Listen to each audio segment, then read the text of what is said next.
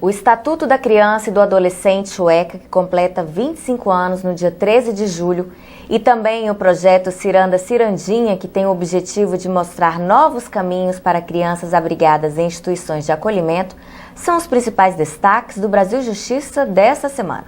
Para falar sobre esses assuntos, eu recebo a juíza do Tribunal de Justiça de Goiás, Flávia Zusa. Magistrada há 10 anos, já atuou no Juizado da Infância e Juventude de Lusiânia, que fica em Goiás. Atualmente, trabalha na Primeira Vara Civil e de Fazenda Estadual de Lusiânia. Doutora Flávia, muito obrigada pela sua presença aqui no programa DMB O Brasil Justiça. Eu é que agradeço o convite do programa e é uma oportunidade muito especial de estabelecer um canal de comunicação do juiz com a população, com a sociedade. Agradeço imensamente. Doutora Flávia, a senhora está na carreira da magistratura há 10 anos e parte do seu trabalho envolve a temática da infância e da juventude. Como tem sido essa experiência? Realmente, eu estou completando este ano 10 anos de magistratura e a experiência é muito valorosa. Eu sou de uma geração de juízes, né, que já ingressou na magistratura com a vigência da Constituição Republicana de 1988 e com o Estatuto da Criança e do Adolescente de 1990.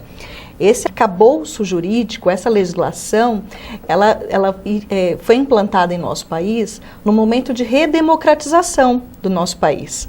Portanto, essa legislação enxergou, num momento do nosso país, a necessidade de implantar direitos e garantias fundamentais. Não é diferente em estabelecer perante crianças e adolescentes quais são os seus direitos e suas garantias. É óbvio que isso representa um grande avanço, né, no aspecto jurídico, mas também para todos os magistrados do Brasil, nós vivenciamos diversas dificuldades de implementar todos esses direitos e garantias. Nessa caminhada com o ECA, quais são os pontos que a senhora considera os mais importantes? Olha, eu teria imensos pontos positivos para estar destacando, porque a legislação, ela não é, ela é suficiente, do meu ponto de vista. Mas eu vou destacar aqui a questão da adoção.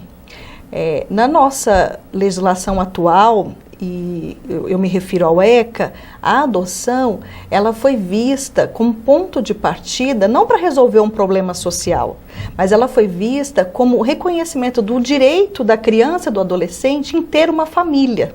A família é uma estrutura da sociedade muito importante. Portanto, a adoção ela está inserida como, primeiro, um direito da criança e do adolescente e, posteriormente, como uma forma legal, porque ela só pode ser feita através do Poder Judiciário, da Justiça, de que um filho seja inserido dentro de uma família e, ao mesmo ponto, a família receber uma criança ou adolescente como filho. A senhora disse que o ECA determinou bem o Instituto da Adoção. Segundo o Cadastro Nacional da Adoção, mais de 5 mil jovens e crianças estão aptas à adoção. Explica pra gente quem pode adotar. Realmente, nós temos hoje um cadastro nacional em que estão cadastradas todas as crianças e adolescentes que estão aptas a serem adotadas. Portanto, todas essas pessoas passaram por uma análise do Poder Judiciário e existe uma decisão judicial que garante a possibilidade delas serem inseridas dentro de uma família. Essa situação de poder adotar, ela é analisada dentro de processo judicial por todos os juízes brasileiros que têm essa atribuição. Pela lei, as regras são bem claras e objetivas. A adoção, ela só é permitida quando é do interesse, quando favorece a criança e o adolescente. Essa é a regra de ouro. Depois delas, existem parâmetros objetivos a serem observados. Primeiro, tem que ser maior de 18 anos para adotar, porque a lei exige uma responsabilidade sobre uma criança e um adolescente. Deve haver uma diferença de idade de pelo menos 16 anos entre o adotante e o adotado, justamente para que haja uma maturidade na educação e na responsabilidade dessa criança. Não podem adotar os ascendentes e os irmãos, porque a lei exige que existe um vínculo de paternidade ou de maternidade para essa criança e adolescente, portanto, não é permitido para que não haja uma confusão entre os papéis de irmãos, né, e avós.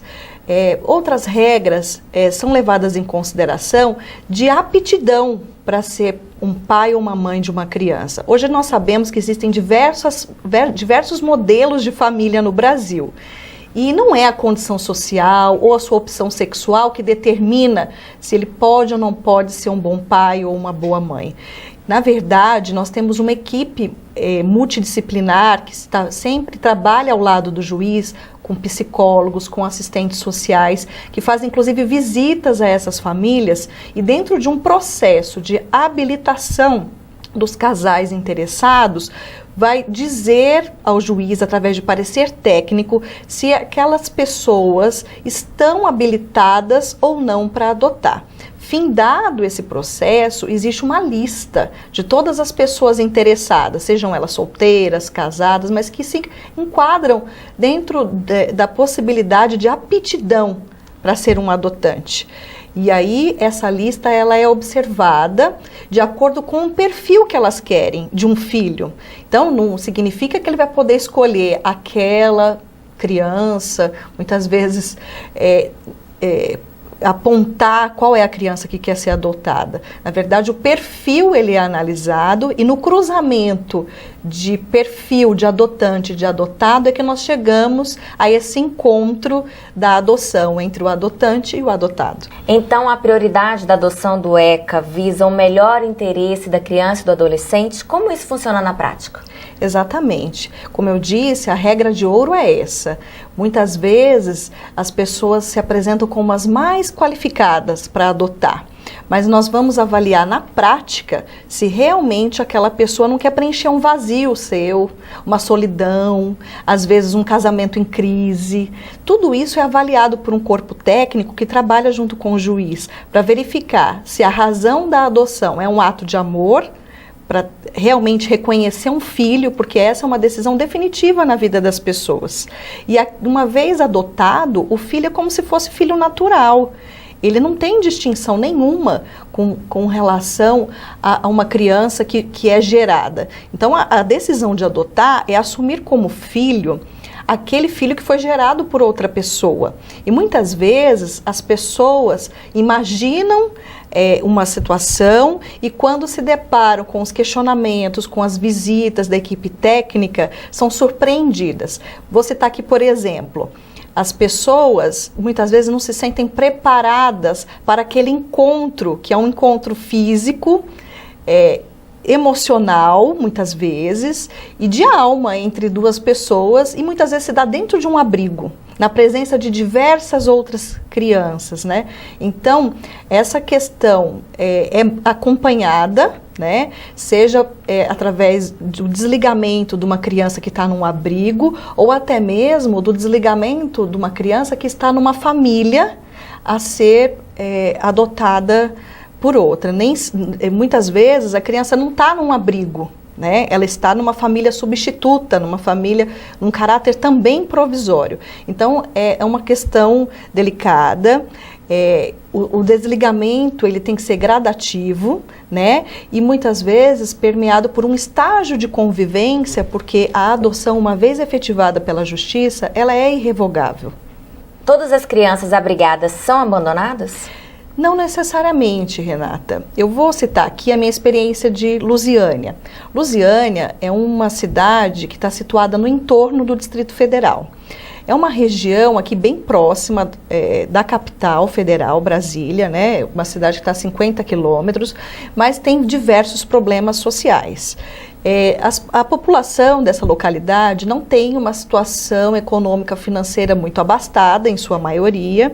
Então, problemas sociais e de ausências de políticas públicas ou de políticas públicas eficientes causam problemas sociais como uso de drogas, alcoolismo, violência doméstica, e tudo isso reflete na questão da falta de estrutura das famílias e, consequentemente, isso afeta a geração das crianças e adolescentes. Então, mas em abrigos nós temos também crianças órfãs, né? Nós temos outros tipos de situação que se apresentam ao Poder Judiciário, e o abrigo, geralmente, ela é o último caminho. A criança que está num abrigo é porque ela não teve um outro familiar, né, em condições de recebê-la.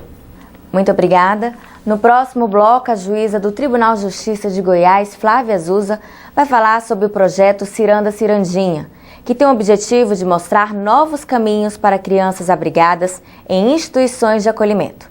Fique com a gente, o intervalo é rapidinho. Estão abertas as inscrições para o curso de processo eletrônico da Escola Nacional da Magistratura da MB, que vai ocorrer entre os dias 18 e 19 de junho, na sede da entidade em Brasília. Os participantes vão discutir a nova teoria geral do processo eletrônico, além do manejo dos autos virtuais e sua inserção na atividade jurisdicional em rede. 30 vagas estão disponíveis aos magistrados associados à MB até o dia 5 de junho. Não perca, mais informações no site www.enm.org.br.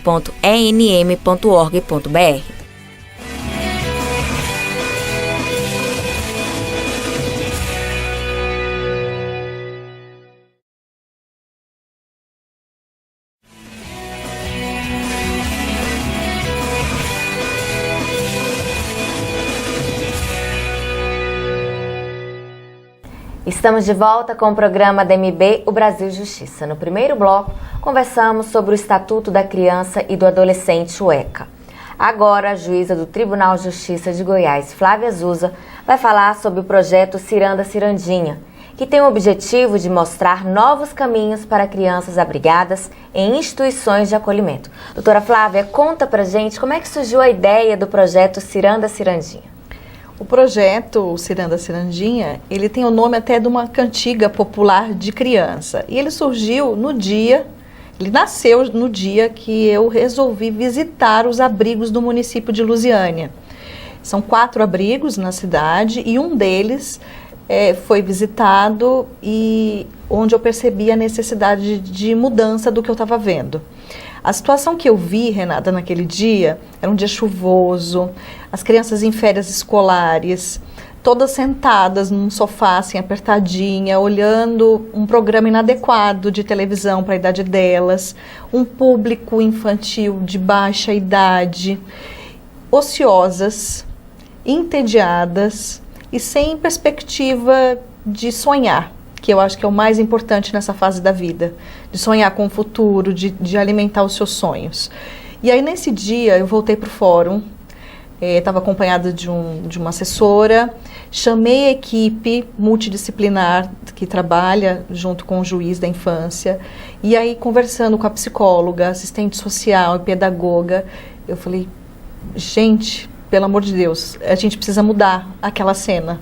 Não é possível, o que a gente pode fazer? Comecei a questioná-las, como que crianças, né, todas as crianças nessa instituição estavam num lar, porque elas estavam vivendo naquele local, sem a menor observância dos seus direitos, né? O direito da infância, o direito de brincar, o direito de sonhar. Uhum. E aí, eu falei, tem como a gente fazer uma brinquedoteca, a gente criar um espaço lúdico para a gente poder proporcionar para elas uma educação, as brincadeiras, os esportes.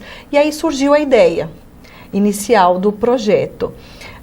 Nesse momento, eu tive um apoio de uma servidora que redigiu todas as nossas ideias. Tive um parecer técnico de psicóloga, da assistente social, isso tudo foi para o papel.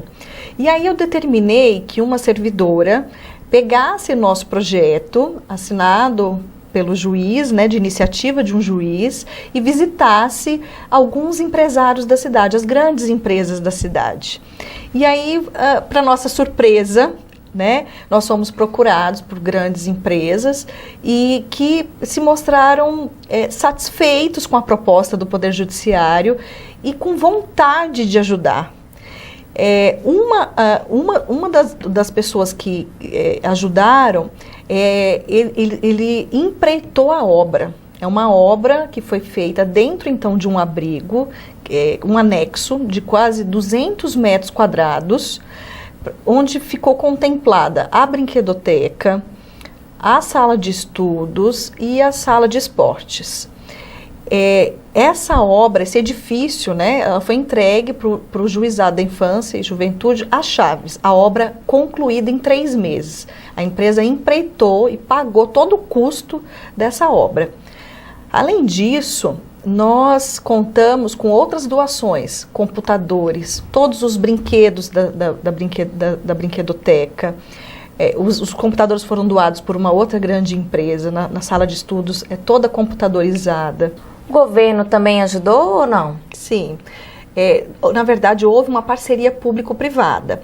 Nós tínhamos recursos públicos no fundo do Conselho Municipal da Criança e Adolescente do município de Lusiânia, mas a quantia existente ela era insuficiente para um projeto dessa ordem, né? Foram gastos cerca de R$170 mil para a conclusão total dessa obra. Então, era necessário a participação privada, essa parceria, senão a gente não teria sucesso.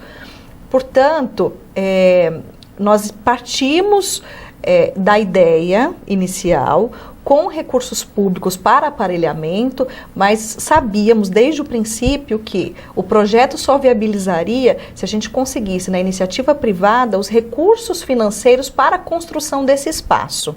Essa entidade que abriga essas crianças, ela já tinha mais de 18 anos de funcionamento, com sede própria, toda legalizada, com CGC, com todos os requisitos perfeitos para poder receber esse atendimento, tanto público quanto privado. Então, a escolha da entidade também passou pelo crivo do Poder Judiciário, do juiz e do Ministério Público, que além de verificar ali naquele local a necessidade, também viu a segurança de fazer um projeto desta ordem.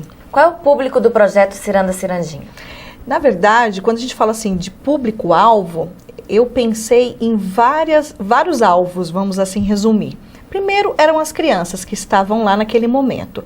Esta casa, essa entidade, tem uma capacidade para 20 crianças, né? E é um público que tem capacidade para ser adotado. Na sua maioria, eles estão já no cadastro da adoção.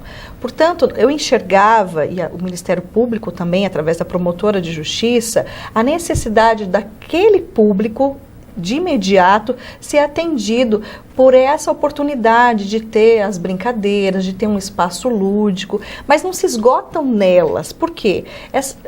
O abrigo, ele não é um lar definitivo para a criança. Então, crianças saem do abrigo, são desabrigadas para ingressar em alguma família substituta ou para serem adotadas, e a partir daí uma nova vaga, uma nova criança pode ingressar. Além disso, a própria entidade fica melhor aparelhada, porque ali tem os criadores, as pessoas que cuidam das crianças pelo período que elas ali vivem. Então, elas precisam ter uma estrutura adequada para trabalhar e desempenhar esse cuidado com as crianças. Além disso, também, nós temos a própria equipe psicossocial que visita com frequência, que dá atendimentos psicológicos, que dá todo um aparato, uma estrutura para o Poder Judiciário para levar o acompanhamento das visitas, tanto dos familiares ou daqueles pretensos adotantes que vão até essa entidade acompanhar o dia a dia, participar do dia a dia através de visitas dessas crianças que também não tinham um local adequado para se aproximar das crianças de forma mais eficiente. Portanto, se a gente falar em público-alvo, nós temos vários públicos que foram atendidos com esse projeto e os resultados são muito satisfatórios. A senhora não trabalha mais no Juizado da Infância e da Juventude. O projeto Ciranda Cirandinha existe desde 2013. Ele ainda está funcionando do mesmo jeito de quando foi criado? Sim, nós instalamos todas as salas que foram contempladas por esse projeto, inauguramos, fizemos um dia de festa muito bonito para as crianças e hoje esta entidade ela foi contemplada, né, com esta obra e funciona em todas as suas instalações. Lá as crianças têm essas salas que eu já mencionei, a nossa equipe visita frequentemente. A equipe do Juizado da Infância de Lusiânia visita frequentemente dando esses atendimentos, portanto nós temos sempre notícias de como tem sido feito o bom uso daquele local. Muito obrigada. No próximo bloco, a juíza do Tribunal de Justiça de Goiás, Flávia Azusa, vai falar mais um pouco sobre o projeto Ciranda Cirandinha. Fique com a gente, o intervalo é rapidinho. Ser juiz no estado do Rio de Janeiro tem as suas alegrias e as suas tristezas. Nós temos muitas alegrias porque o Tribunal de Justiça do Rio de Janeiro tem investido muito em termos de qualidade da prestação jurisdicional. Nós temos excelentes instalações, nós estamos hoje com uma ótima estrutura de trabalho para os juízes. A tristeza é porque nós ainda não conseguimos alcançar aquela qualidade, principalmente no processo eletrônico, que permitiria uma eficiência ainda maior. Temos hoje ainda grande dificuldade na formalização desse processo eletrônico, temos ainda uma dificuldade no treinamento de pessoas para operar esse sistema. Mas o resultado é positivo. Acho que hoje nós estamos prestando um serviço de qualidade para a população do Rio de Janeiro. A Escola Nacional da Magistratura da MB realiza o curso introdutório à Justiça Restaurativa entre os dias 22 e 24 de julho. A capacitação oferece aos magistrados os conceitos fundamentais e uma visão panorâmica das modalidades de práticas restaurativas. A escola disponibiliza 40 vagas aos filiados MB. As inscrições vão até o dia 30 de junho. Mais informações no site www.enm.org.br.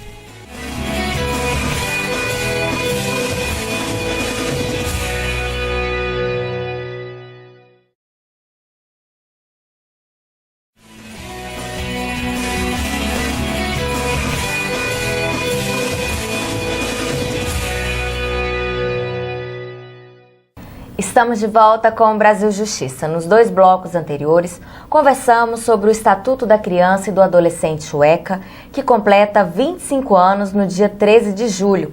E também o projeto Ciranda Cirandinha, que tem o objetivo de mostrar novos caminhos para crianças abrigadas em instituições de acolhimento. Agora, a juíza do Tribunal de Justiça de Goiás, Flávia Azusa, vai falar mais um pouco sobre esse projeto. Doutora Flávia, qual é o resultado alcançado do projeto Ciranda Cirandinha? Olha, Renata, com muita satisfação, com muita alegria que a gente vê que quando a gente dá um primeiro passo, a gente pode mover o interesse e a motivação de várias pessoas. Então, o resultado, primeiro que eu me surpreendi.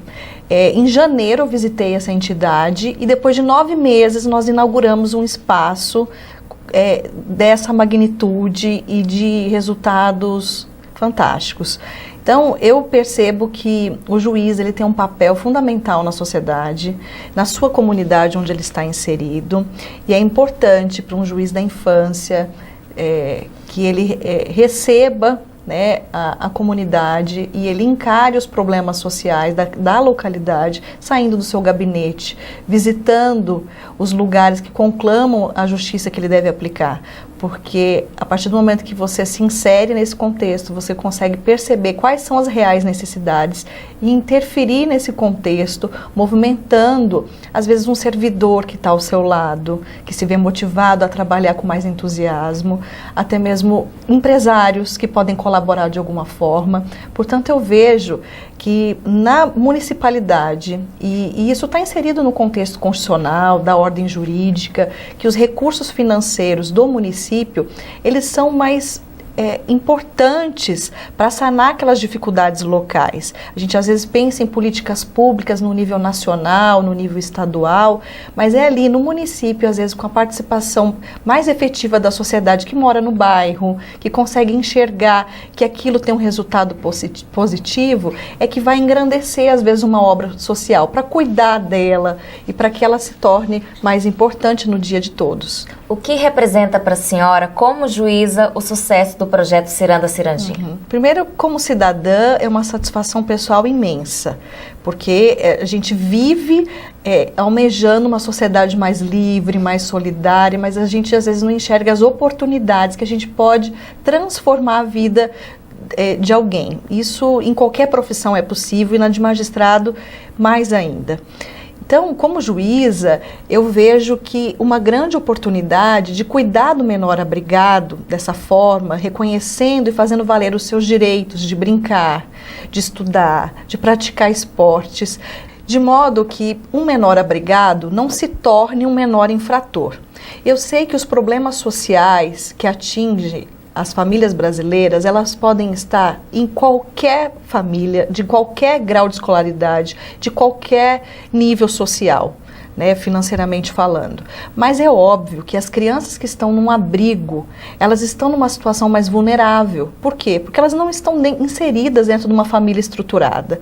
Então, as políticas públicas devem atingi-las de alguma forma.